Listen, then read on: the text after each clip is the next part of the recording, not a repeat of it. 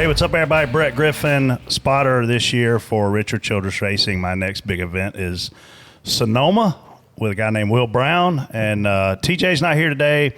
Freddie's not here today. We'll get to that in a minute. Casey, what's up? Hey, guys. Casey Boat here. Absolutely nothing to talk about after a full weekend of racing on Memorial Day. Am I right, guys? There was a lot of racing. And I got a buddy in the house, president of Kaulig Racing. Yes. Mr. Chris Rice. He's like, I forgot. I forgot I was president. I thought I was a guy that everybody complained to. They just changed my name. Same. Yeah. Chief Complaining Officer. I just thought about something. Do What? you know who your extra spotter is at Sonoma? Yeah, SVG. SVG is going to be your extra spotter. I Yeah. said, you can't understand me? Yeah. You'll never better understand Brett. So he and I talked about it at the back of your hauler. Me and Lenny were sitting there talking, and SVG walked up. I sat there for an hour waiting on you. You never showed up.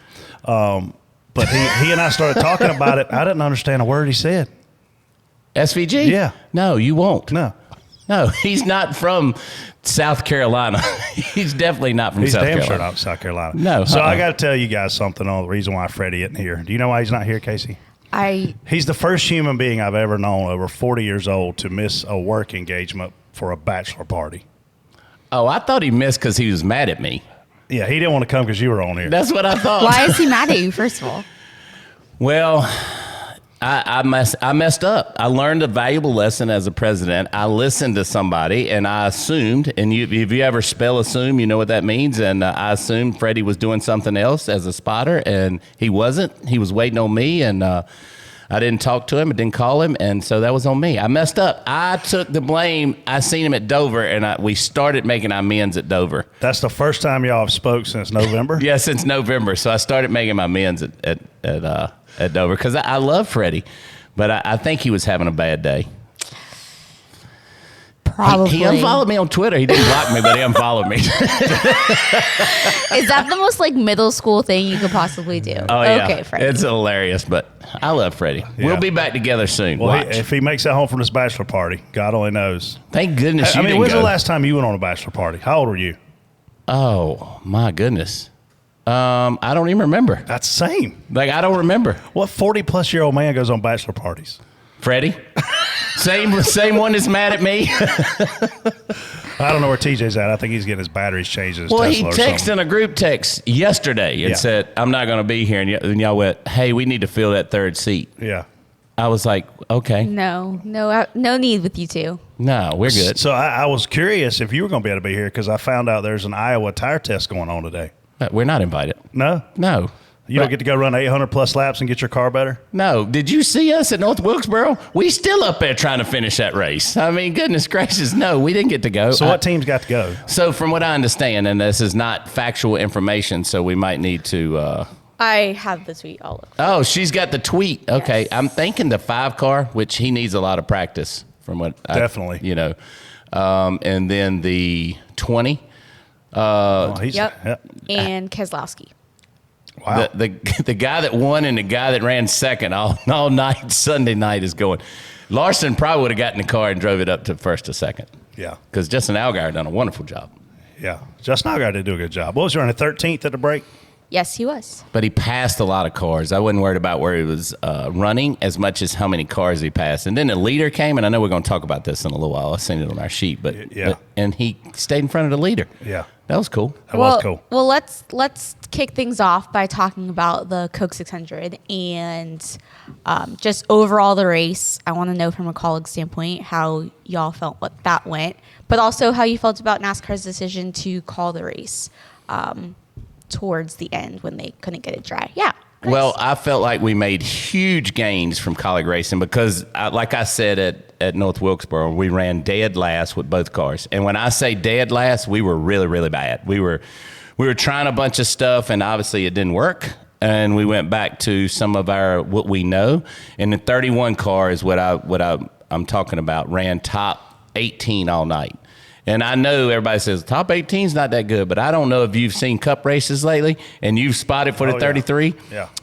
I'm telling you, that's hard to do. Daniel passed a lot of cars. They had great pit stops. Our pit crews are doing amazing job. So proud of that. And I thought we had a really good race. SVG doesn't get going until about the third stage. Well, we didn't get to that. You know what I mean? So he had started passing people. He had some damage. His car was tight. So I think for SVG's first race, I thought he done well. I wished he would have been able to finish the race because he doesn't get going until the third stage. Let's talk about him for a minute, man. I've been extremely impressed with his racecraft because he could easily go out there and screw up the beginning of the race, and it cost him a chance to run all the laps. Like, even on the Xfinity side, he has tremendous racecraft. Yes, he does. And he's, man, he's a student, too, is what's so cool. And, you know, he's not that young. He's 38, right? Yeah, he's 38 years old. Yeah. And I'm telling you, he does. And what I've been amazed by is, you know, AJ has been our key holder to Kaulig Racing over the last bunch of years and still is. And he banks off of him, even though knowing that they're going to be racing each other at road courses. But, like, so we went to Texas. He was 1.7 seconds off in qualifying at Texas, which, you know, you don't get all upset about that. You're just like, okay. But when we qualified at Charlotte, and I take our car. Right. I don't take the leader. I don't take the fastest car. Whatever is the fastest car that came out of Kaulig Racing. So he was 0.7 off of AJ this week. So he cut it by 1 second the last time he raced a race like this. So, and he ran Darlington. He gets out of the car, and, you know, he's a big guy. I mean, he's 6'3". Yeah, he's a big boy. Yeah. He's lost some weight too. Yeah. Oh, it's not like pushing on me or you. It's no fat there. He's a big dude. Yeah. He gets out of the car at Darlington and he walks over to the right side and he says, "Darn it!" And I looked at him. He says, "I scratched it." And then he said, "I looked up and down and everybody had scratched their car." Scratched it. He scratched it. Well, he ran Daytona this year and he went really, really slow around the apron after he got in a wreck. And we were like, "You got to pick it up." And so after the race, he's like, "Man, I'm sorry. If I would have wrecked like that in Australia, my car's a glass, like fiberglass." Yeah. He said it would have tore it all to pieces. He said, "I got hit like 6 times that would have destroyed me for the rest of the year." He said, "So I didn't know my car would keep rolling." So, I mean, like, literally, he was going so slow, the pace car was catching him. Yeah. And Bruce, his crew chief, is going, "SVG, you got to pick it up. You got to hurry up." And Frankie is his spotter. Sorry. Rub it in, why don't you? Oh, yeah. Just make it worse. Make it worse. God. He's his spotter. Cut that out, please. No way. And he's like, "You have got to pick it up." And, I mean, SVG doesn't get too excited on the radio. He was getting excited that day. Yeah. What's been your coolest thing about working with him?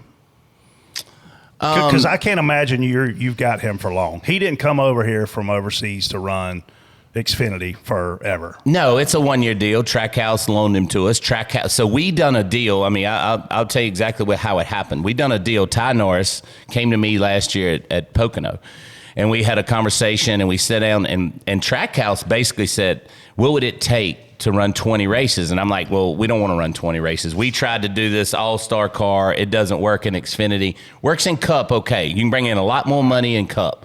But in Xfinity, it doesn't work. I mean, it costs you a lot of money." So anyway, to make a long story short, they were like, I said, "Why don't you just run him a full year?" And they were like, "What do it cost?" And we was like, "Well, this." And they said, "Okay." So Trackhouse, they went ahead and said, "We'll do it." Now they went out and sold it.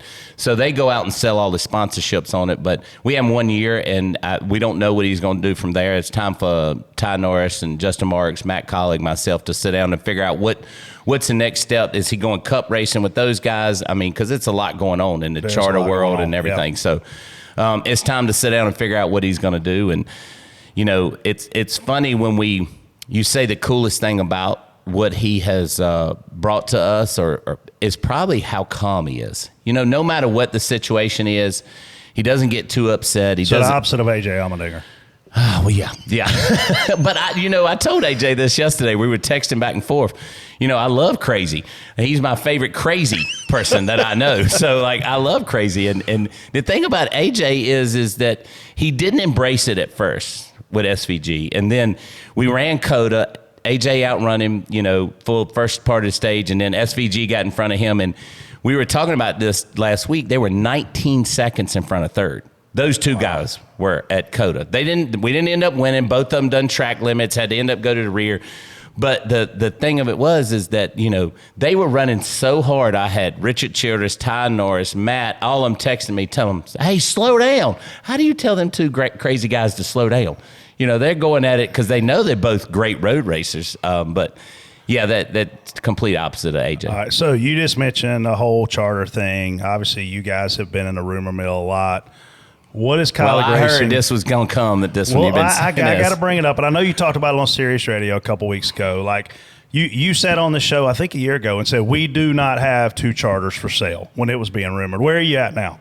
We do not have 2 charters for sale right now. We still don't. And they're not for sale.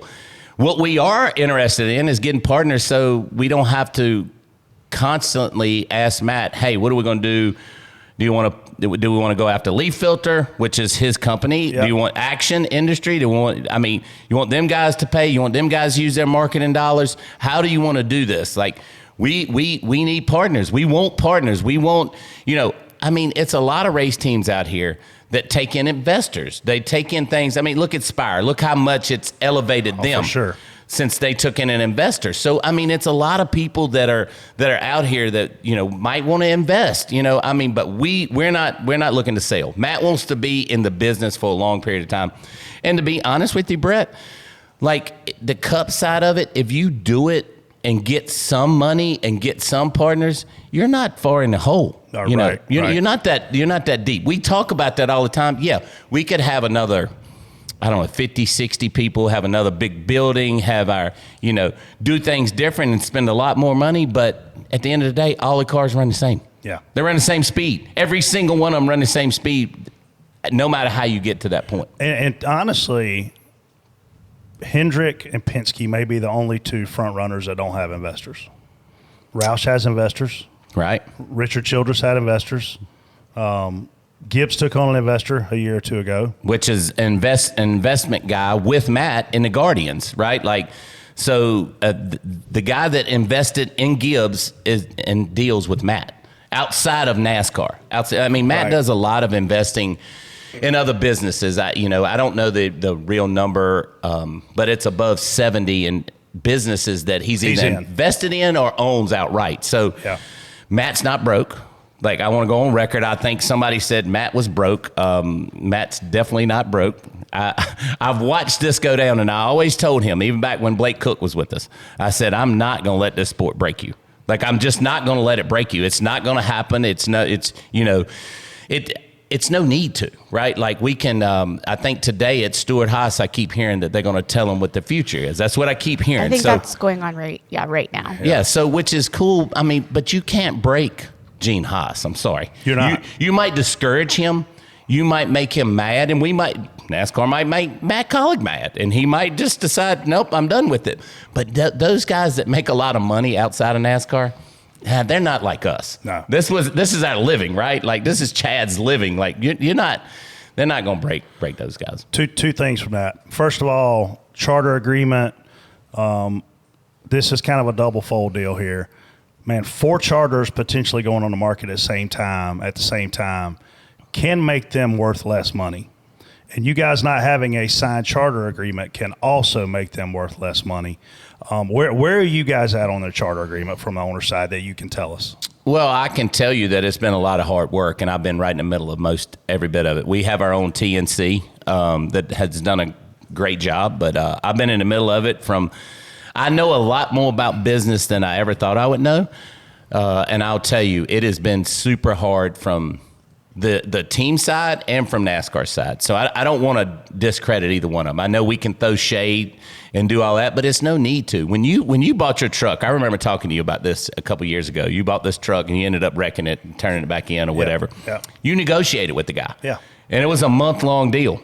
Like, you went over it 2 or 3 times and you negotiated with the guy. You were mad at the guy for a minute. He was mad at you. And I say this all the time. That's negotiations. The problem is that we're dealing with NASCAR. NASCAR is dealing with a bunch of TV people.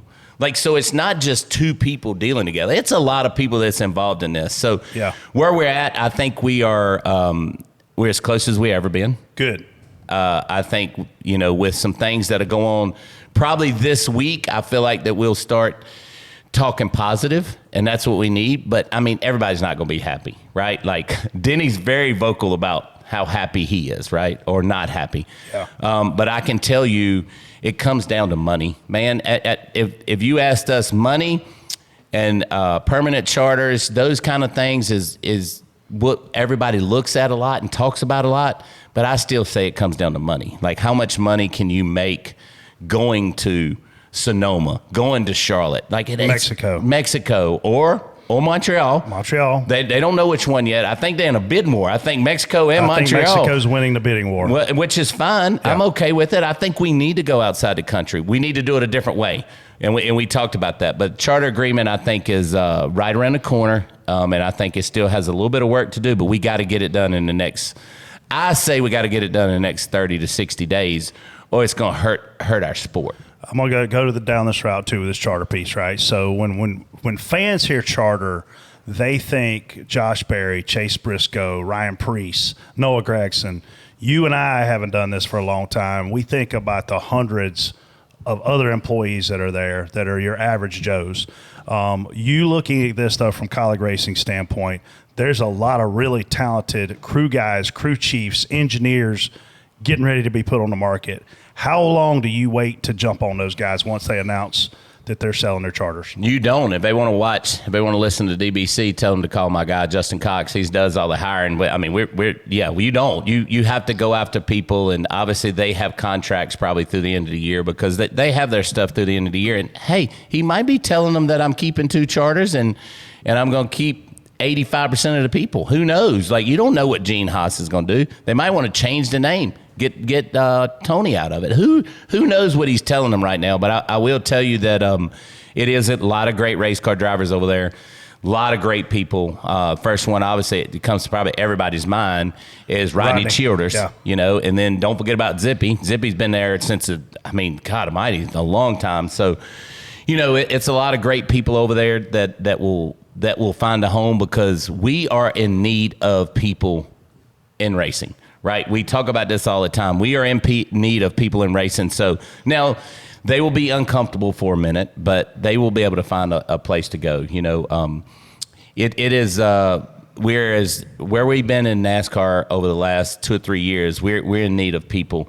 You know, I was watching a story of a guy moving down and getting a job within 2 weeks. That's where we're at right now. We're training up people that don't have a clue. They don't know what a window net is or how to put a bolt together in a race car. So they'll get a job. And, yeah, if they listen to this, hey, get in touch with Justin. We're definitely looking. Last thing I'm going to ask you is you guys want more money from NASCAR, guaranteed money, as you should, because I've been a part of the sport, as have you. And we saw the ratings slowly go down. They seem to have plateaued right now. But when we go to streaming, we go to some of these other things, the ratings are unknown. And ultimately, you're selling 2 things, ratings and B2B, right? So let's assume NASCAR comes to you and gives you $3 more million per team. What's Chris Rice doing with that money? Oh, it goes right in a race team. Matt doesn't take any of that. You say, well, how do you spend more money in it? Well, it comes down to, you know, you're able to give more bonuses so people work harder. I mean, we do a lot of things in our race team that people don't even realize. You know, we have 401ks, we pay time and a half. We do a lot of things in our race team that's run just like a business, and it goes right into it. So we don't have to go, hey, Leaf Filter Gutter Protection, give us, you know, X amount of dollars, or Action, give us X amount of dollars. We can now use that money and put it in the race team, get you guys air conditioning here since it's so hot, or something, you know, that goes right back to the guys and girls at Kaulig Racing to make us faster. Right. So you mentioned obviously some charters becoming available. Is that of interest to you and Matt purchasing more? Well, Matt and I talked about it, okay? And we have done an awful job at building a sponsorship team or a partner team. We have not done a great job at that because I'm a competition guy, right? And Matt is a gutter protection guy. So we haven't done a great job at that. If we had a better sponsorship team, or not a better sponsorship team, if we would have started where we at with Chad Lucky, Dan Pittman, those guys that we have now that's working on that stuff, we would love to have 2 more charters. We would love to be able to do that because, I mean, it is fun racing. That's why Matt does it. He loves it. He loves to have fun, and I asked him the first time when he wanted to start a race team, I'm like, why? And he said, because it's badass. And I know you got to bleep that out. So. Oh, don't worry. This we is can honestly. we can say bad. Yeah, you're Okay. good. You're good. But that's what he said. That was what he said, and he enjoys that. Now, he doesn't enjoy doing what we did at North Wilkesboro. I will tell you that. That's the first time he's ever told me that. But he does enjoy what we did at the Coke 600, watching those races. So, yeah, if we could find a partners, something like that, yeah, absolutely. I like it. We're not for sale, but we would love to have more partners. And yeah, if investors out there that wants to talk, hey, we love your game. Title of the show, not for sale. So the Chris Rice that I heard stories of, I'm not going to admit to ever knowing this guy. He didn't mind throwing hands back in the day. He didn't mind getting physical in the garage and pit road. Ricky Stenhouse, $75,000 for throwing that punch. Too much? Too much. I disagree with it. And I'm on the NASCAR Foundation board. So thanks, Ricky. We appreciate it. We'll use the money in a great spot. But, no, let those guys fight. Now, maybe the dad, maybe some crew members, stuff like that. Because at the end of the day, that lift gate was up. So here's what scared me to death, okay? So I'm a guy that, I do get a little angry when stuff like that happens. But Ricky and Kyle stood there and talked, okay? And they had a conversation. And then Ricky just bared back and hit him. That, I'm going to tell you, on USA Today, Fox News, on the Today Show, they talked about the fight. Who won that race? I don't know. But Ricky Stenhouse and Kyle Busch, they got to fighting. So we talked about NASCAR. And then, so here's another thing that bothers me. So Ricky and Kyle fought, and Kyle got some licks in. What everybody don't remember. He did get some licks in. He gets some licks in. Yeah. Like, Kyle fought back, and, Kyle's doing a lot better because he's not saying a lot about it or whatever, but that's too much money to Ricky to then tell the guys, oh, you can take the gloves off. You can do whatever you want to, because we get mixed emotions and mixed thoughts. I mean, your kids, right? Like, you spend a lot of time with your kids. If you tell Brody that he can do something and then, 30 days later, you can't do that. Well, Dad, you just told me that I could. Well, not now. That's kind of the way I felt about that, Ricky, I will say this, and I seen Ricky this weekend, but I didn't talk about it. Ricky was super aggressive for it to be an all-star race. I will agree with that, right? And we know Kyle's not running the best. At Welcome, North Carolina, we're still looking for speed. It is that road that we're all on right there, that road, we're going to change it to finding speed, because Richard Childress is mad. And when Richard Childress gets mad, some things start changing. You're just not going to see it overnight. But and he knows Kyle's not running that well. So, like, you push on the bear, you better be ready to get hit. Which I think is a good point, because we talked about NASCAR openly promoted all this parity and common parts and all this crap. So if that's the case, why are two teams kicking everybody's ass? Well, I think when it's two teams, Gibbs and Hendricks, and they're the biggest teams in NASCAR, right? They have the smartest engineers. They're going to find the edge first, and it'll just trickle down. It always does, The Fords have found some speed. I think Brad Keselowski's, pumping a lot of time and effort into his team to be able to find the speed. I spent a lot of time with Steve. We're not going to his last name because I talked to him last time we talked about this, but I spent a lot of time with Steve. Newmark. But anyway, so, they're pumping a lot of time and effort into that. So just to, the reason they are is because of the people they have, right? Like, this is our third year. This is our third year of full-time racing. We raced 9 races the year before that. We've won 2 races. I think is a huge accomplishment for us. But Hendricks and Gibbs and Hendricks right now are definitely dominating, and they will for the future. Right now, because until we can trickle down the information. But when we're talking about dominating, they're only a 0.2 or 1/10 faster. Like, it's not that much difference. Yeah. Which shows from a competition standpoint, too. Hopefully that will help TV ratings and maybe more fights. We just need to pass, right? Like, we talk about that all the time. We need to figure out how to pass. They can aero block so much now. And I'm telling you, as a race fan, you can't see the air. So you don't know what they're doing sitting at home. You know what I mean? Yeah. Like, my dad is a racer, so he kind of understands it, but he don't understand the aero block. So, like, yeah, we got to figure out how to pass. I'm on the bandwagon. We need softer tires so they fall off. It was a decent race at the 600, but the tires didn't fall off until lap 32. Lap 32 is when the tires really started taking a fall. That's why you're seeing the pitting so different, right? Yeah. Like, About lap 32, 33, you've seen the cars really struggling, start pitting, which drags everybody else down pit road. So you don't really see a difference. Yeah. We need a tire that is a Bristol tire, not as aggressive, but that lap 3, it's already 0.6 slower. It's slowed down. Yeah. Right. Lap 10, it's a 1.5 slower. You know, Darlington's was a good race. I mean, yeah, the drivers hate them, right? They hate those kind of tires because they slide around a lot. Well, I'm going to tell you, I don't want to drive down an icy road, but I'm not getting paid to drive down that icy road. You know, so You are. Yeah. The drivers are. All right, real quickly, back to Coke 600. I want to know, what do you think about NASCAR's decision to call the race after quite a bit of time of trying to dry the track? They had no choice. I don't know. Was anybody there? Was any of you guys there? You were there. It was humid. It was a lot of moisture in the air. It's supposed to be humid. You're in the South. It just rained. Is that a shocker? So what are you saying? Like I'm sitting on my couch in Mooresville, North Carolina, and it starts So thunderstorming. you're saying call it as soon as it starts raining? What? The options are, okay, why do you think they waited so long to call it? Well, they had to. You don't think they wanted to get Kyle Larson a lap to help explain the waiver? You don't think they wanted to get him a lap for the publicity of it? You don't think they wanted to give him a chance to, quote, drive to the front? This whole extension, in my mind as a race fan and as a promoter, if I were a Humpy Wheeler and I ran that racetrack, I'd have been jumping up and down going, don't call this race, let Kyle Larson run a lap.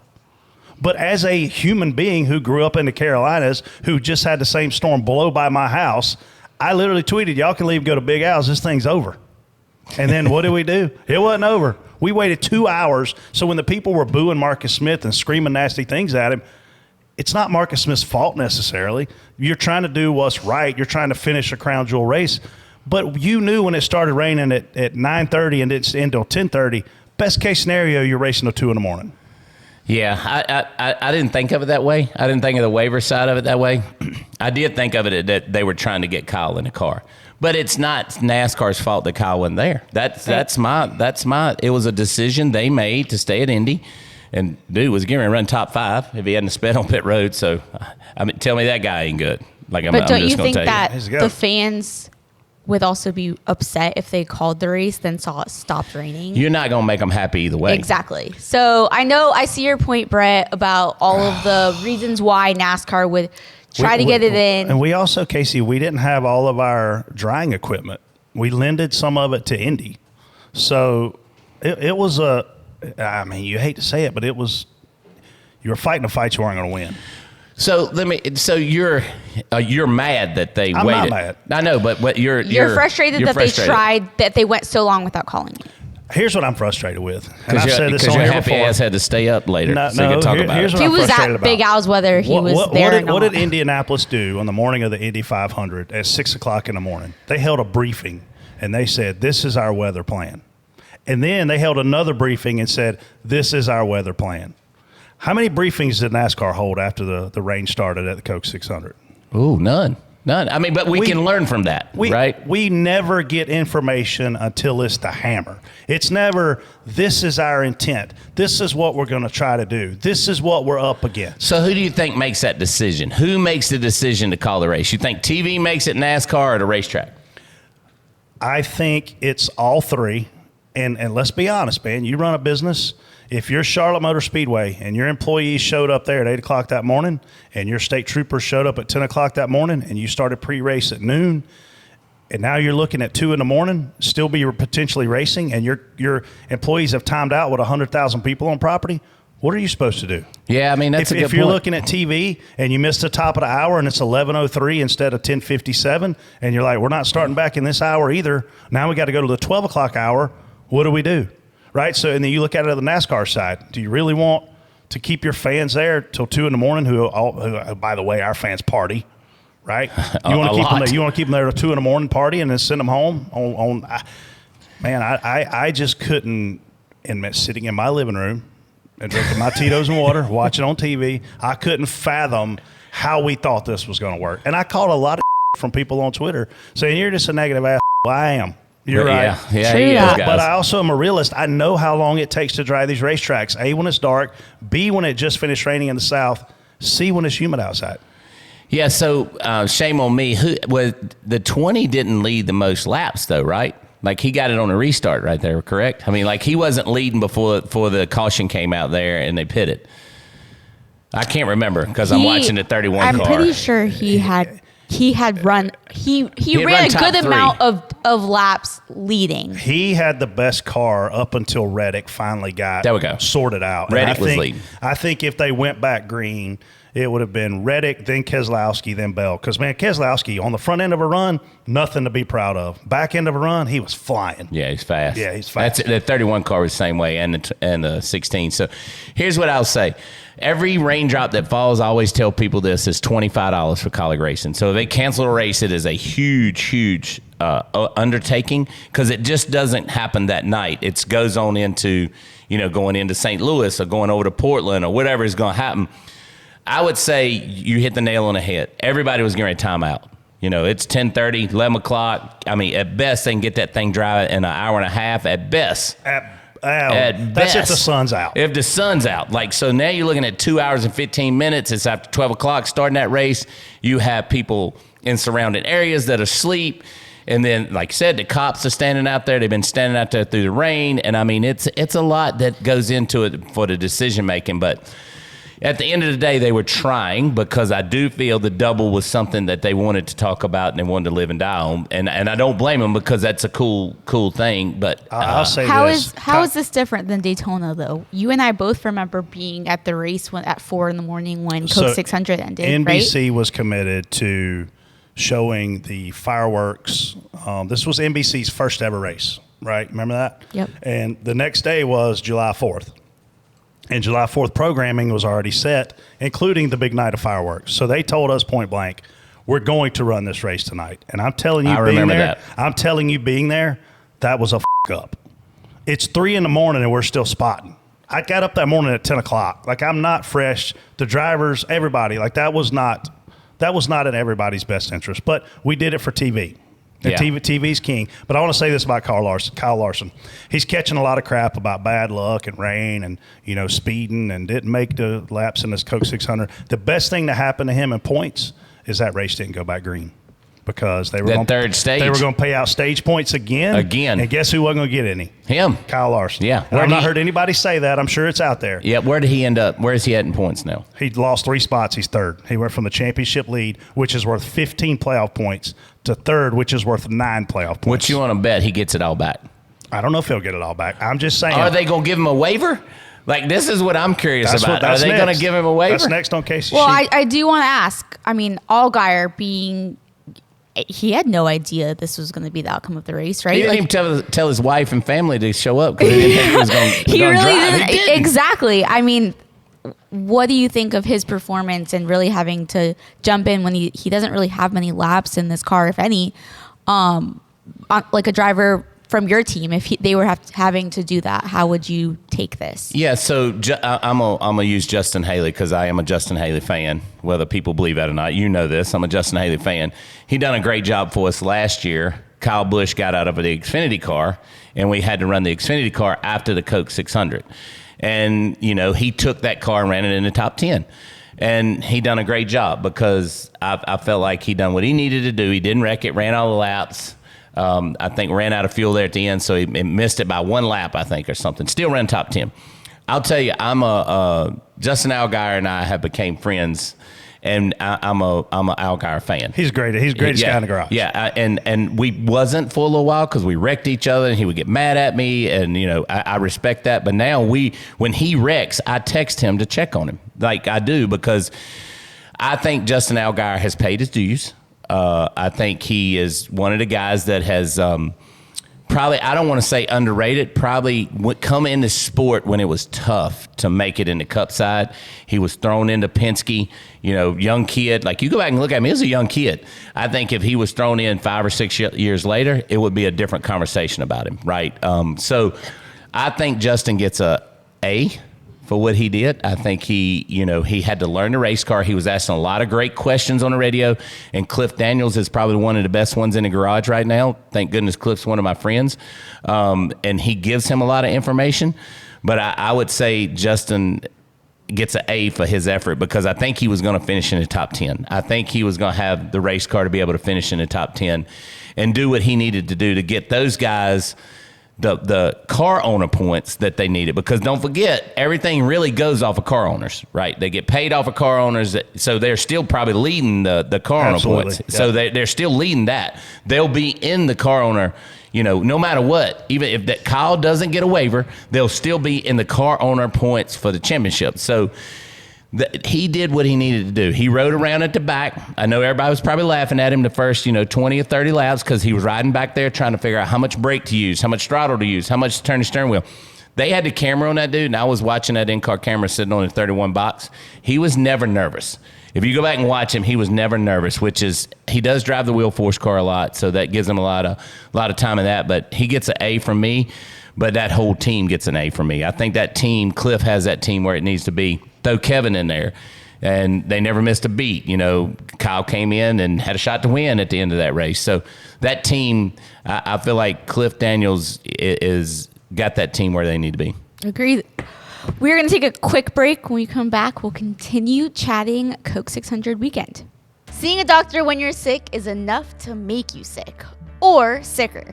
It involves a lot of time and effort at a time when you're least equipped to provide either. And it can expose you to other spreadable diseases. Teladoc Health is a far better alternative. It's putting humanity into healthcare. Think about what happens when you're sick and you have to see a doctor. First, you have to schedule an appointment, which sometimes can take days or even weeks to get in. Then you have to get to the doctor, even though you're probably feeling miserable. Then you wait in the aptly named waiting room, exposed to whatever the people around you are coughing and spewing into the air. Oh, the humanity. Fortunately, there is an option that is far more humane, Teladoc Health. With Teladoc Health, you can get in touch with a doctor 24 hours a day, 365 days a year, all from the comfort of your own home. Whatever your medical problem, just open the Teladoc app and connect with a board-certified doctor to get a diagnosis, treatment plan, prescription, or even schedule an in-person visit if needed. Teladoc Health is not only convenient, it's affordable too, and it's covered by a surprising number of insurance plans. Last year I had a bad cold I just couldn't get to go away, and life just kept me busy. I never got around to visiting my doctor, but if I had used Teladoc, I would have gotten the answers a lot faster. Download the app to get started today, or go online to register or schedule a visit at teladochealth.com. That's TELADOC health.com. First topic, Kyle Larson expected to receive a playoff waiver after missing the Coke 600. Chris. Well, yeah, I mean, they've done it for everybody. I mean, why, have they not ever not give one? Not that I remember. Right. So why is it even a conversation? Why is it even a conversation? Obviously Rick Hendrick's a smart dude. Jeff Gordon's a smart dude. They didn't do this without thinking that this could happen. So I don't see, it had never crossed my mind until you guys started talking about it today. So let me ask you this. Do you think they already knew that NASCAR would grant this waiver when they decided to stay? No, we don't. No. Hendrick has a lot of power. They changed the race at the All-Star race. They moved the race 30 minutes. They added Jeff Gordon to the playoff. So I'm sure he knew more than what I'll probably know. A Kaulig Racing will know, but I don't even think it's a conversation, and I don't think anybody should be mad that he gets one, honestly. Chase Elliott gets hurt snowboarding. He gets a waiver. Kyle Busch misses, 8 races a year? He won a championship. He gets a waiver. What doesn't get you a waiver at this point? If you're arrested, maybe?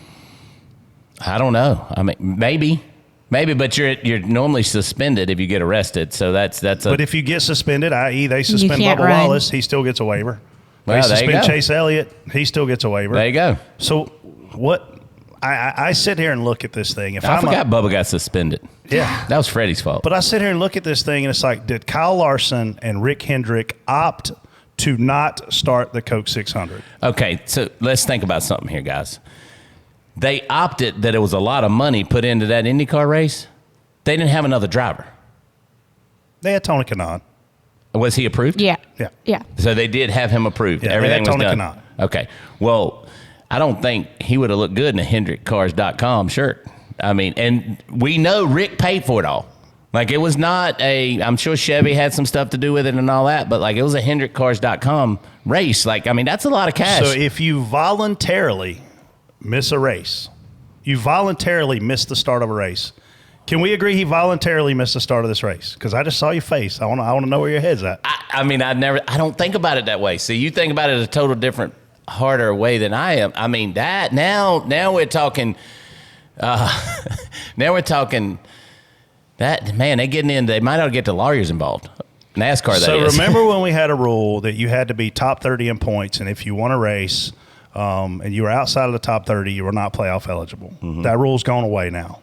Well, because we have charters. I realize that, but I'm saying that rule's gone away. Now, if you win and you're a full-time driver, you're in.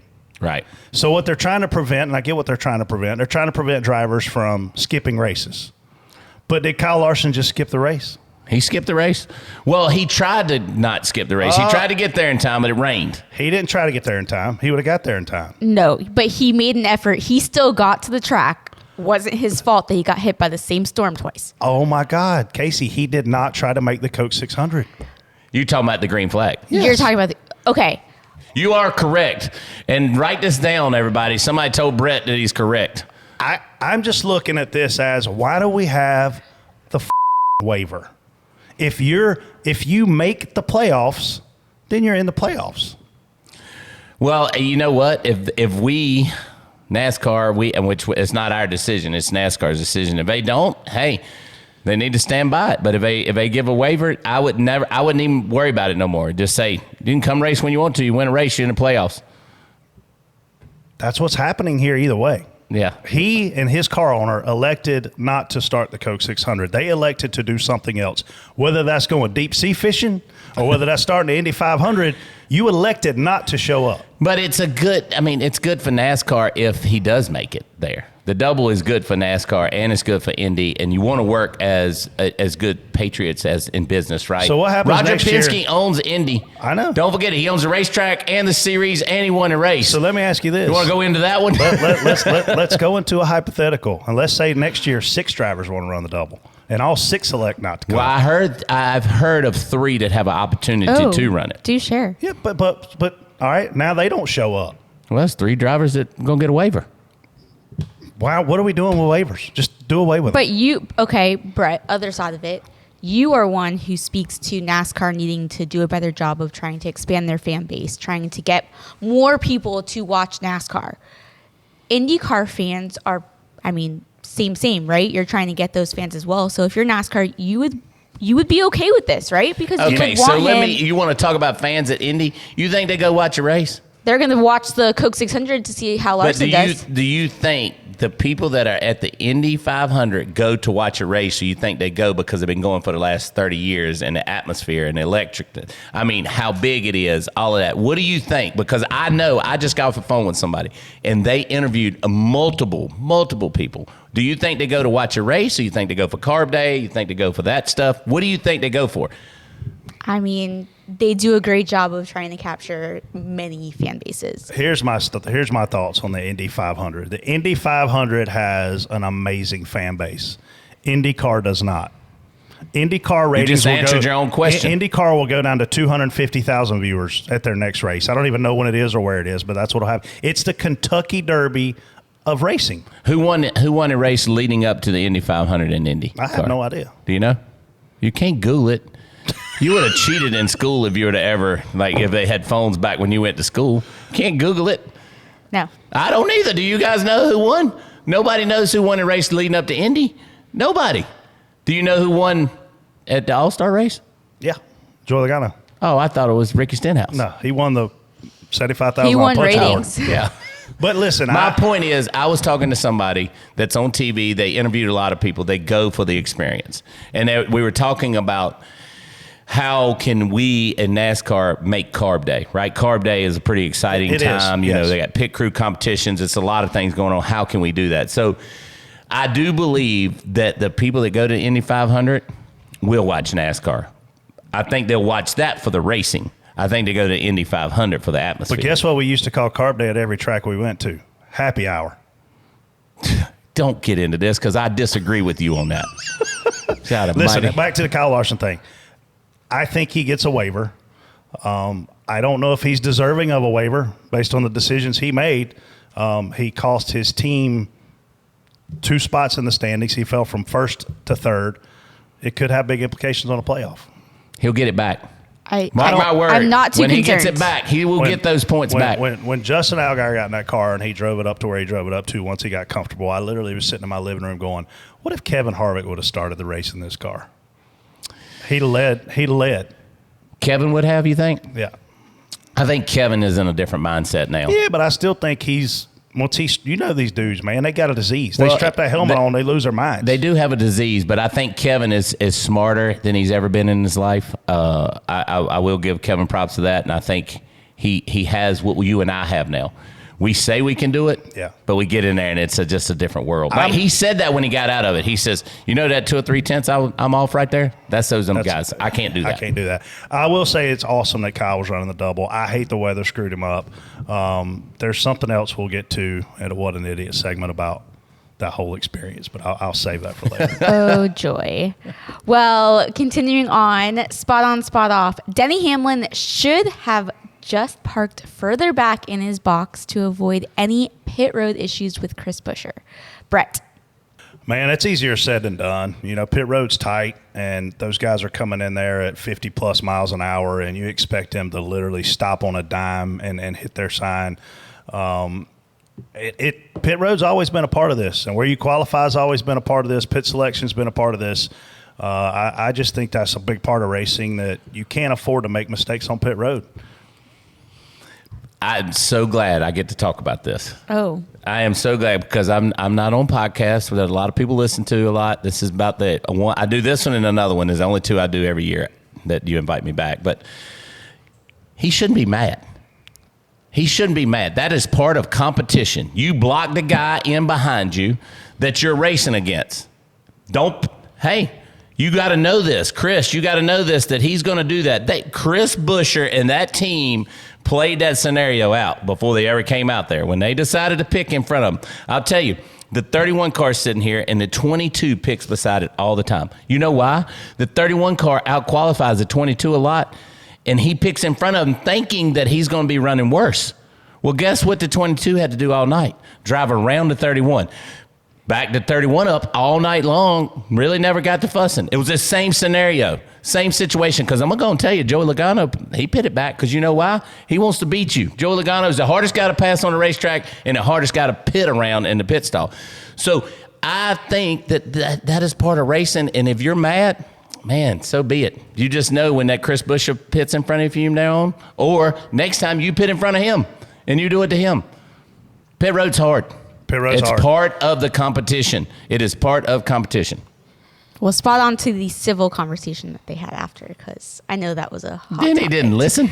I wouldn't have listened if I was Denny either. I didn't say listen. it. You did. Yeah, he didn't. I wouldn't. I love Denny Hamlin. I think Denny speaking his mind is one of the best things that can happen. I agree. Who do you think? Sometimes. Who do you think is the hardest? Because, and I say this in reference to when Jimmy Johnson got here around 2000, 2001. He outworked everybody, man. Who's the hardest working driver right now, you think? Hardest working driver right now? Tyler Reddick. Tyler Reddick is by far the hardest working driver right now because he don't want to fail. He doesn't want to fail for Michael Jordan, but he doesn't want to fail for himself. Daniel Hemrick works really, really hard, but when we talk about, you want to talk about who's up top, who's winning and all that, I got to give it to Tyler Reddick. Denny works hard. Who is so fast it probably doesn't work as hard as who? Martin Truex Jr. He doesn't have to do a workout regimen. Like, he's never had to do that. Like, and he's just good. He's still good. Like, I watch that dude, like, he's still good. It's like, he doesn't have to do a lot. But, Ross Chastain works really hard. Like, William Byron works really hard, I thought it was really cool in a documentary when Ross put on the flippers and he swam across the lake and he came back, and in the interview, he was like, I don't know if that makes me a better race car driver or not. But it's not going to hurt Josh me. Wise told him he had to do it. But it's not going to hurt me. Yeah. Before Talladega, Daniel Hemrick, Josh Wise, and them, they do a 72-hour fast. So I said, you know what? I always try to do stuff with my pit crew. I've been a big health nut, whatever. And I said, I'll do the 72-hour fast with you. Dude, I made it an hour 40, like 40-something. And I literally thought I was going to kill 6 people. I said, I'm going to eat.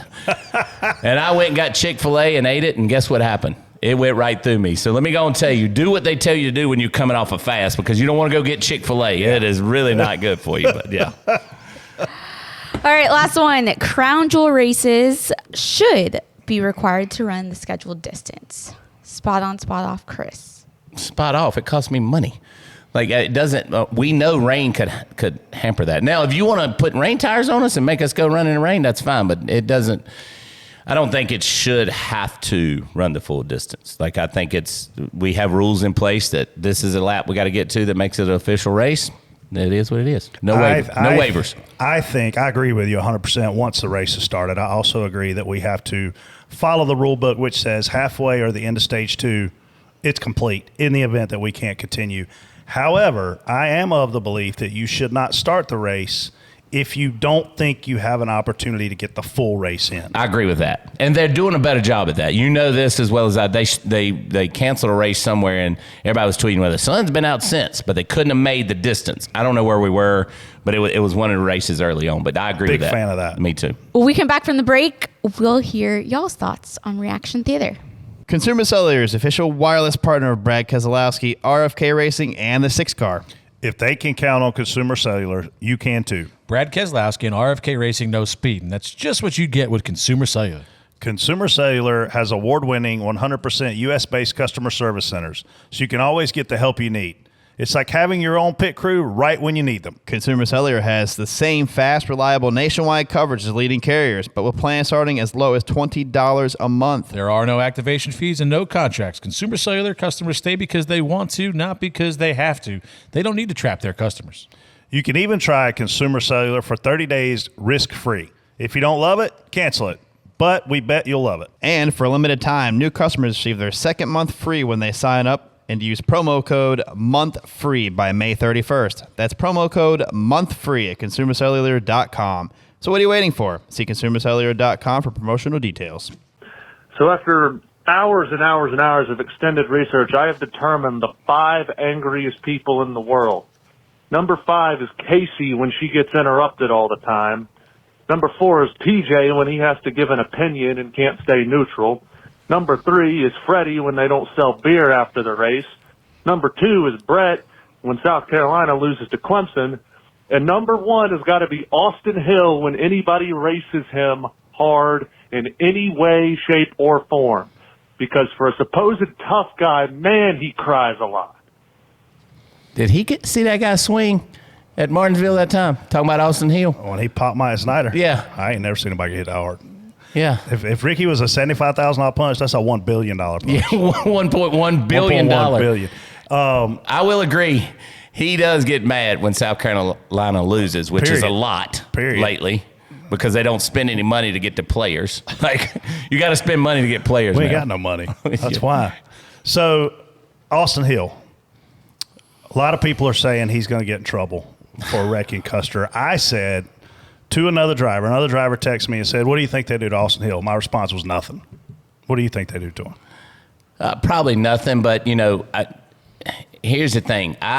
Richard Childress and myself agree on this. We talk about this a lot. Don't use our race cars to retaliate on something somebody else did to you. You handle it outside the race car. Ricky Stenhouse, prime example. So I disagree. Caution's been out for a minute. End up wrecking. I disagree with that. And as a team, I'm going to be upset at my driver.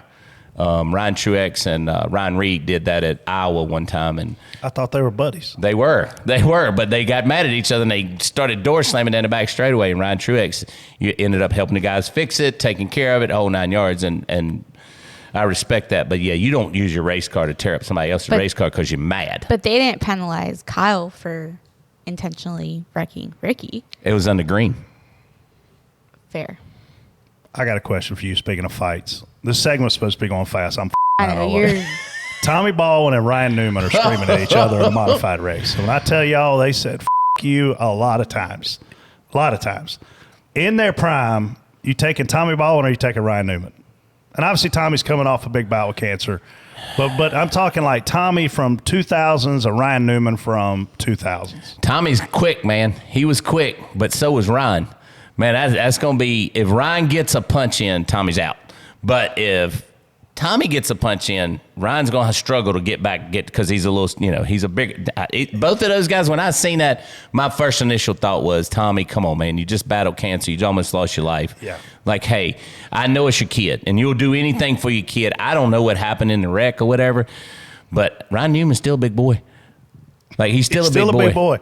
And out of respect, don't push Tommy. I didn't agree with that part. Yeah, either. don't push him. You know yourself you could ball him up. I mean, right now he's fragile, right? He's fragile. He's lost 80 pounds, it looks like. Yes, yeah. I mean, I love Tommy Baldwin and Ryan Newman. I don't know what happened. I have no idea, but it didn't kill either one of the drivers, so it couldn't be that deep. It was entertaining. Yeah. I'd pay to watch it. I watched it 10 times.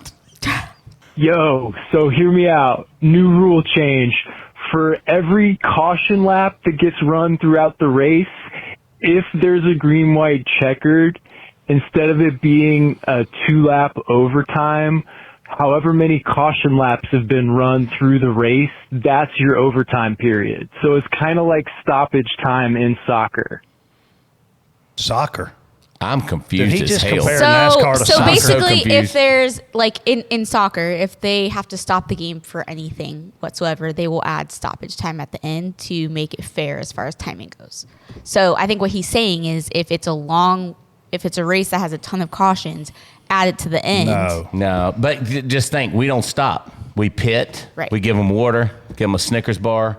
There's still strategy it's still behind stuff it. going on. It's still strategy, so it's never a stop. Now, red flag, if you want to think about that, but that, man, I'm confused. Don't ever compare racing to soccer again. Oh, please. Please. Sitting here, rain delay, storm delay for Charlotte. There's an opening to finish the race, and all I see on Twitter is Brett Griffin and complaining. Oh, they should call it right now. Go to Big Al's. Go do this. Oh, now they should complete every race. Oh, my God. Bro, just shut the up, please. You're about to be blocked. Shut up. I'm just glad that guy follows me. Every time you do this, you sit there and look like a idiot at the end.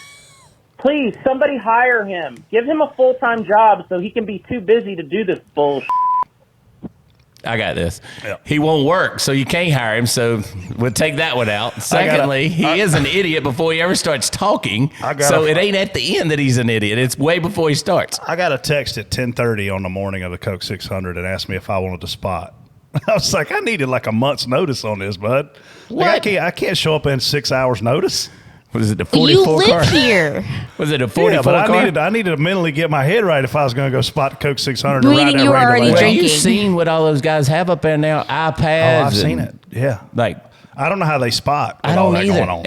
And listen, I'm going to go on. I know Spotter's been in the this is a Spotter show.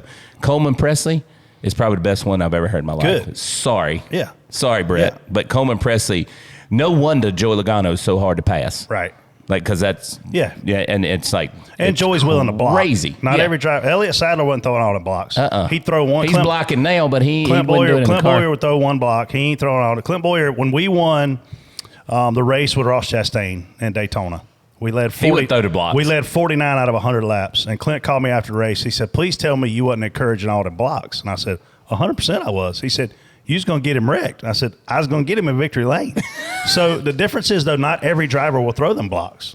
And if you got one that won't throw it, there's no need telling them. No need. Yeah, no. AJ ain't throwing all them blocks. No, so he will not go to work, sorry. And he looks like an idiot before he starts texting, so all of that Absolutely. doesn't matter. And I was They right. called him a madman. They called him a Debbie Downer. They called him everything but a child of God. Ladies and gentlemen, Brett was right. Brett was right. We weren't going to go back racing. Kind of really sucks. It does suck. It really sucks, man. It was a tease. Best race. I mean, it's the best track of this season. Longest race of the season. And it got cut so short. And the racing was great. They didn't think so in Jeff These Luck's are poll. Casey's people. Like, What? y'all out drinking together before they call in? Me? Why would I agree with Brett on anything? No, these are your people that's calling in. These are definitely your people. Why? Because you can hear them talking like I believe they were either just left Big Al's or they had a long day on the Let lake. me tell you, I can't drink, so there's no reason why I need to be at Big Al's anymore. Only time she's been to Big Al's when I took her for lunch. Bought her a This is meatball true.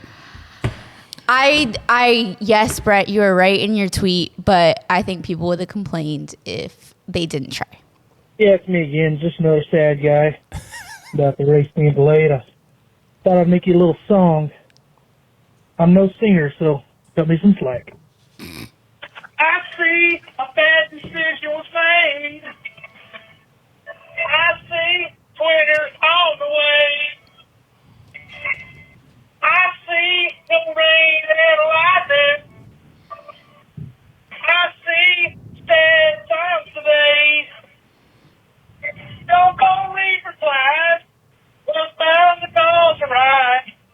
That was a bad decision. Am I right? Dude sat around and thought about that for a long time. I don't think it was a bad decision, so I don't think you're right. Solid song, though. Great song. You can't sing. Terrible You were right singer. there. He cannot sing a lick. We'll cut you slack because your audio was bad. You didn't have Dirty Mo to do your audio. Hey, happy Memorial Day, and God bless our troops. I wrote y'all another song this week. Heard y'all wanted more songs, so tell me what you think. They went track drying, we saw Kyle Larson flying. They spent $2.7 million just to pay for that jet fuel.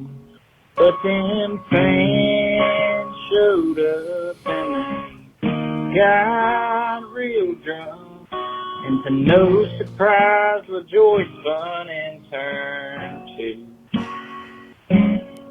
Donald Trump showed up and the Democrats are crying. And Kyle Busch voted for Biden. That's funny. You had to play the guy before him and then play this guy, right? That was the way you picked it. Yeah, Pretty much. That dude, because he sung, he could sing pretty good. How cool was it Trump was there, man? I thought it was cool. So I wish Biden would come this weekend. I think it's awesome when they come. My daughter, Elizabeth, is a huge Trump fan. And I mean, I don't get into politics that much, but like she's a huge, so she came down. And so I got to hang out with Richard when he met him. So Richard met him at his motorcade or whatever. Yeah. You know what blew me away is all the agents and everything it took just to walk that guy down pit road. Right. Like all the crazy stuff it took just to walk that guy down pit road, moving these people, moving that. And I literally, when he walked on pit road, Elizabeth, myself, and Nate, her future husband, we walked behind him. And I'm like, dude, this is weird. Yeah. Like, let's get out of here. So I took a right and got out of it. It's crazy. They do the security work in advance, and then that crew briefs the next crew. Then that crew comes in day of and does it again, and then he lands with his own crew. Like it's a big undertaking. It is, and they flew over with his plane. And let me just say this: I don't think a political dignitary showing up at a race makes it a political event. No, absolutely not. He should be able to go watch baseball, as should Joe Biden. Yeah. I mean, if they want to go to something, they should be able to go. And I don't think it makes it political. 100% not. I think it is. I think it's just, I mean, they're out to get votes, right? That's what they're doing. That is their job, to go get votes. Biden goes to his places to get his votes. Trump goes to his, and whoever else is going to run, Kennedy, whoever else is going to run, they go get their votes. Where would you go to get your votes? Oh, I'd go to South Carolina. I think I could win down there. I mean, Shane Martin is a daggone senator down there. I think I could win in South Carolina. If he can win, anybody will If he win. can win, I mean, anybody can win. I would probably go to Myrtle Beach. Dirty Myrtle, everybody. Chris will be there. I have nothing to say on that one. All I can picture is Brett holding up a vote for. If I ran for office, it'd be like Hermie Sadler trying to run, like he just did. I He know, did he run. tried to. I told him it was the dumbest thing you could ever do. And he looked at me and said, why? I'm like, you want people to talk about what you did 25, 30, 40 years ago? No, I don't want anybody to talk about what I did. No, no, absolutely not. All right, we had some solid calls. Thank y'all for calling in. Please stop saying Brett is right. This could be the only time this would be an agreement. Don't forget, leave an audio message 24/7, 704-802-9572. You know the drill. Moving on to hashtag AskDBC. Use the hashtag whenever you want to ask us a question. Y'all have been sending in some solid ones. This first question is from Jerry. Do stage breaks defeat the whole concept of the Coke 600 being an endurance race? Chris, what do you think? No, it doesn't. It allows the race fan to be able to take a break. That's what the stage breaks come up for. It didn't come up for us. It allowed them to take a break. So no, because it's still 400 laps, 600 miles. That's a long ways on our cars. Like, I don't think it does.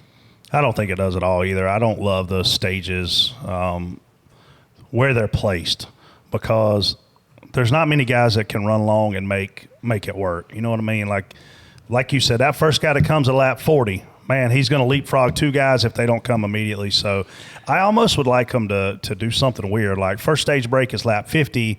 You know, the next one is 200. Like put some long green flag runs in there. You want to see 2 pit stops. I do. Yeah. I do want to see 2 pit stops. And I was sitting there thinking about it. How you could do that was if a tire fell off. Yeah. You know, and like at Richmond, you do the stage and 2 pit stops. Yeah.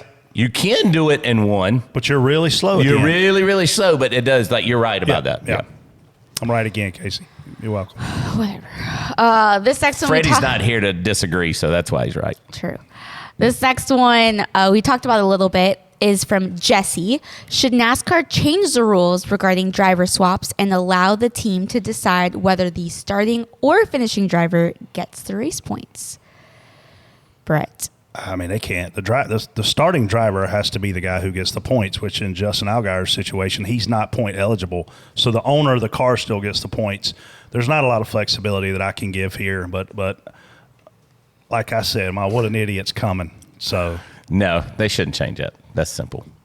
Fair. Next one is from Shannon. Do you think the Coke 600 rewards consistency throughout the night or bold adjustments more? Bold adjustments. Why? Well, because you got to keep up with it. It used to be a lot worse, day to night now, but bold adjustments, they got to keep up with the racetrack. You just said it. Tyler Reddick had got his car really good. So, yeah, bold. I mean, they have to get after these cars to make them change. They don't just change, just a little bit. They have to get after them. Fair. Casey, the Denny Hamlin Bracket Challenge is back. They're taking the top 32 drivers in the point standings head-to-head. Last one surviving wins. And if Freddie was here, he would say Denny's great. But what's even cooler is this year, Arctic Outdoors signed on to provide the prizes. So grand prize winner gets a prize pack that features Arctic's 72-quart ultra-light wheeled cooler, the 30-can floating soft cooler, and more from Arctic to keep your drinks cold this summer, plus tons of Dirty Mo Media swag. That's awesome. It's free to sign up. The bracket is open now and closes at 3 o'clock on Sunday, right before the green flag at Gateway. In addition to the grand prize winner, 11 additional winners will get the Arctic 52-quart ultra-light wheeled cooler along with a tumbler and can chiller. Perfect for those hot pool days. The tournament, Casey, actually stretches over the course of the next 5 Cup Series races. It begins in Gateway this weekend and runs all the way through one of my favorite towns, Nashville. Visit dirtymomedia.com/bracket challenge to enter. All right. Who's our idiot? You want to go first? No, you go first. So, Tyler Mon spots for Kyle Larson.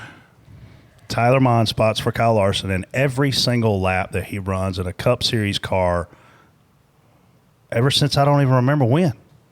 Basically, it was since Kyle got to Hendrick. So Kyle Larson's spotter is doing right. When Kyle Larson is doing the double. He took his spotter with him to Indy, and his spotter Tyler Mon was informed before he got back to Charlotte that when he arrived back to Charlotte, he would not be allowed to spot. Why? I don't know. That's why it's my what an idiot. Like, how can you take, and Chris we just said you can substitute drivers. What are you going to do if the spotter has a heart attack during the race? We ain't going to let him have a sub? What are you going to do if the spotter has to go during the middle of a green flag run? You ain't going to let him have a sub? Yes, Chris. I know why. Rosters. But you should be able to make a sub available on your roster in these scenarios. Not for a spotter. We can in pit crews. Why not for a spotter? Because you guys sit on a stool up there. That's not my point. Well, you asked me why not. I told you. What if have- somebody has a family emergency, which I think there's been. You can. If they have a family emergency, something happens to the guy, whatever, you can. But here's the situation. He decided not to be there when the race started. You just said it a little while ago. He didn't decide he couldn't get back here. He don't have his own airplane. He decided to go to Indy. He did decide to go to Indy, but he couldn't get home. Holla. He couldn't get home. He's stuck. Well, and so he was stuck watching the race if it went back green. I think it's ridiculous that literally his NASCAR Cup Series spotter cannot spot for him in NASCAR. This was my question I posed, and nobody told me the answer. You remember this when I spotted for you. Is we sent a dummy spotter, not literally a dummy, but a spotter. Somebody that wasn't going to talk. Somebody that wasn't going to talk to the spotter stand to check in, and then I went and sat up top of turn 1 where you can see the whole racetrack because it's a better spotter stand than the actual spotter stand, which is uncommon. But I was curious if he would have been able to, quote, do that. Oh, yeah. Yeah, he could have. Yeah. Because they can't tell you who talks on the radio. Yeah. So he could have stood up there and did that. Yeah. It shouldn't have been an issue. He should have just showed up and just started spotting. He could have been in like a suite or something. Is that? Yeah, a suite or a wait. I can go up there and stand. I don't know if they could have, but I mean, they let I've done some cool things being a president, but I could go up there and stand and watch. So yeah. You used to couldn't, but you might can now. Because when that whole thing happened years ago. Yeah, you couldn't. Yeah, you they can kicked now. Roger Penske and all them guys off. Because it used to be, believe me, you remember this, you'd have to get up there at a spotter stand. You have to elbow your way in around the owners and the general managers and the dads. Yeah, we can't go to the spotter stand. What I'm saying is, but you can get up there where you can we see. Get up there where I could see. Yeah. I went on one of my coolest moments ever, and I know this is a what an idiot deal is at Darlington. I was talking to Richard, and he says, "Hey," I said, "Where are you going to go stand here?" He's like, "I'll go back there on the back stretch." I said, "Okay, cool. I'm going to come back there and see you during the race." So I did. I go back there, and I go up there, and I'm standing up there with Richard, and then it's some people with sniper guns over here, watching after you, whatever. And I'm like, all right, I watched a little bit of the race, and I got off, and I'm going back in the tunnel, and I look, and Richard's sitting up there, and it's Earnhardt Tower. And I'm like, if you're a race fan and you're standing with Richard Childress on the Earnhardt Tower, it was pretty cool. I will say this as a sports guy.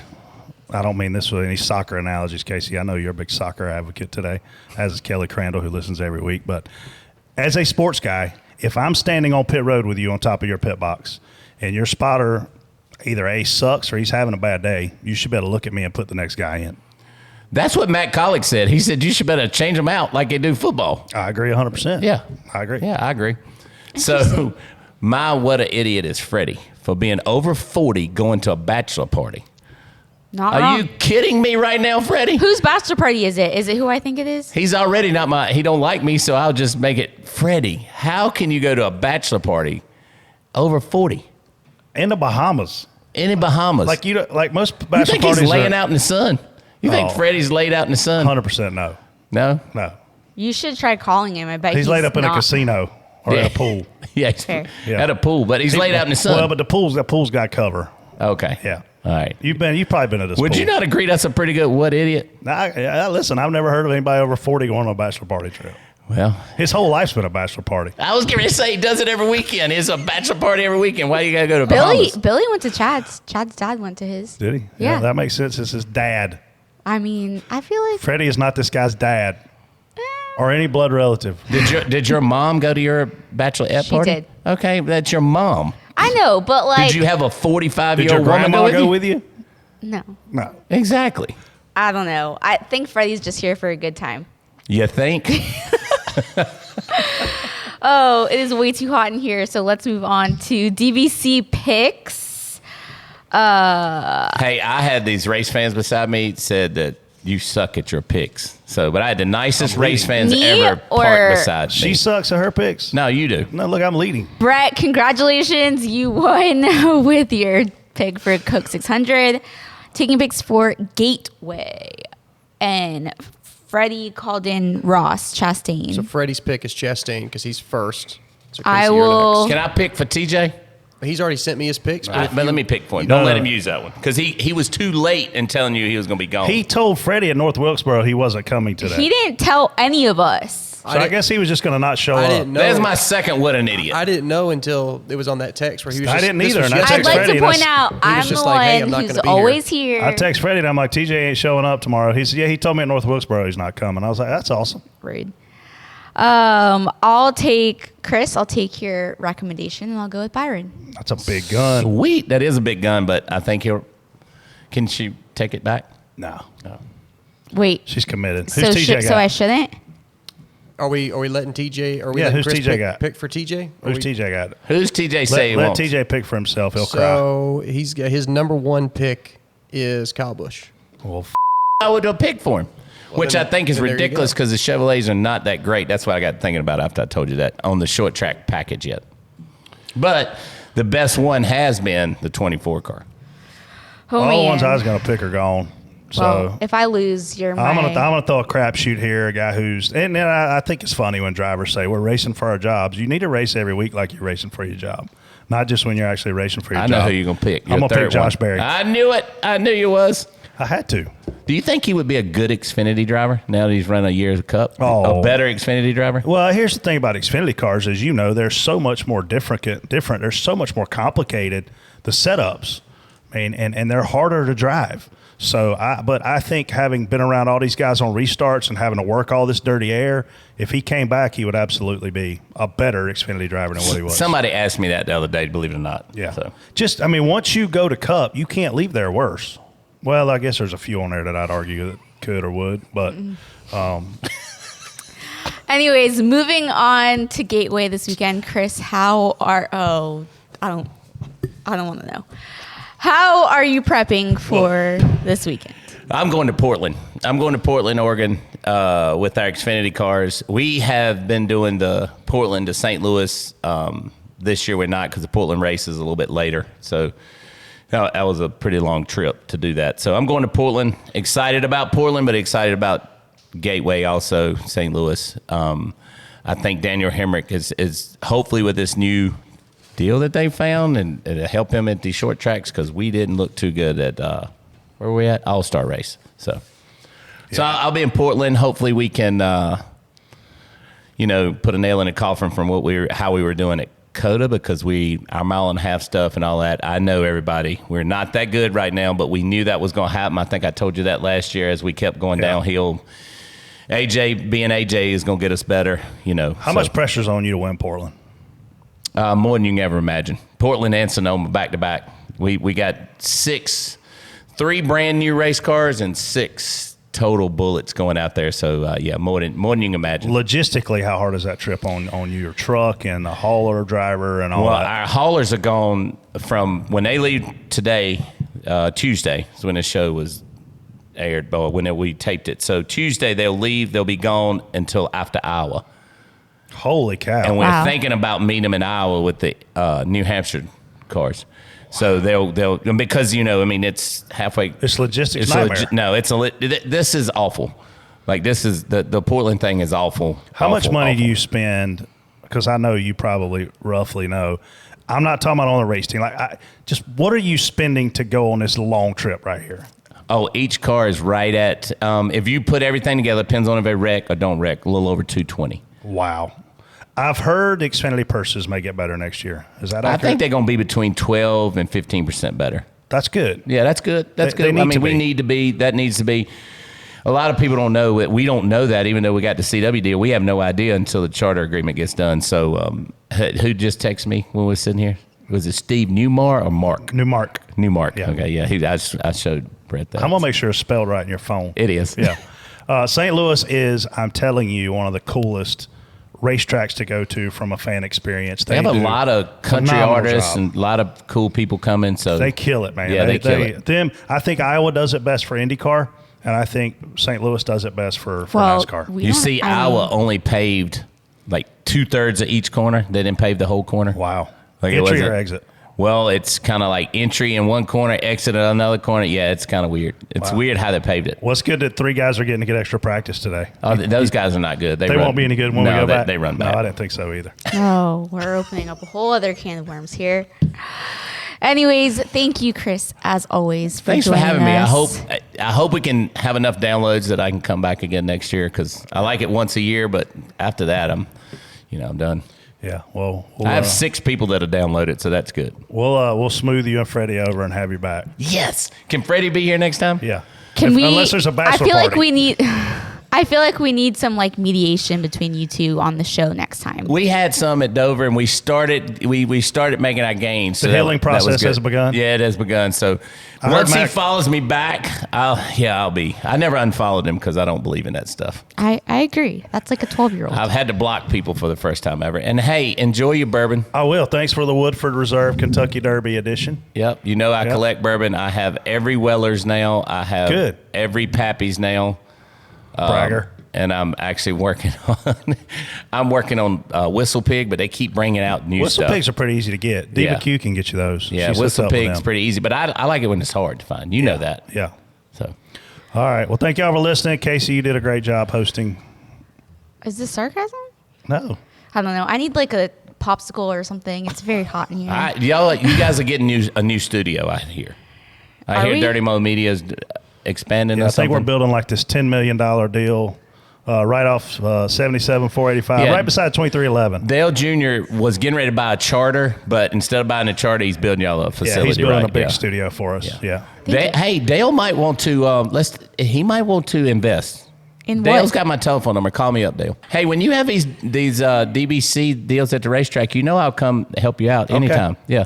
If I go to the racetrack, I'd love to have you. Usually it's me, Freddie, and TJ. So. Oh, okay. Well, I'll help you guys out. I'm going to Sonoma. And after that, I don't know what else. And your backup spotter is SVG. You can't be a backup spotter.